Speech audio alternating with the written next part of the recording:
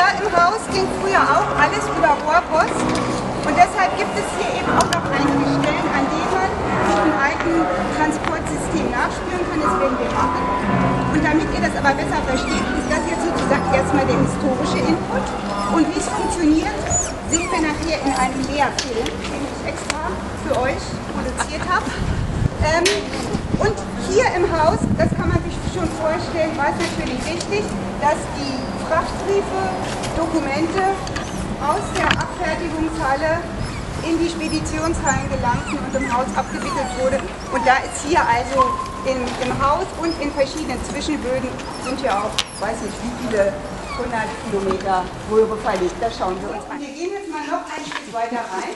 Dann schaltet ihr eure Augen auf Nachtempfindlichkeit und guckt mal an die Decke. Da sieht man nämlich so eine Verwirrung und Verschlingung von ganz vielen Rohren, in denen aneinander vorbei die Rohrpostbüchsen durchgeschossen kamen. Alle staunen, das hätten wir nicht gedacht, das habe ich auch nicht gedacht. Ich wusste, dass es hier Reste gibt. Der Motor im Keller, der ist praktisch irgendwann mal ausgebaut worden, der war einen ganzen Musikerraum voll. Aber gut, jedenfalls, das ist das System, in dem die Büchsen also lang flutschten und die konnten praktisch mit einem relativ einfachen Mechanismus auf hin und her geschaltet werden. Also die einen fuhren so lang, die anderen fuhren so lang.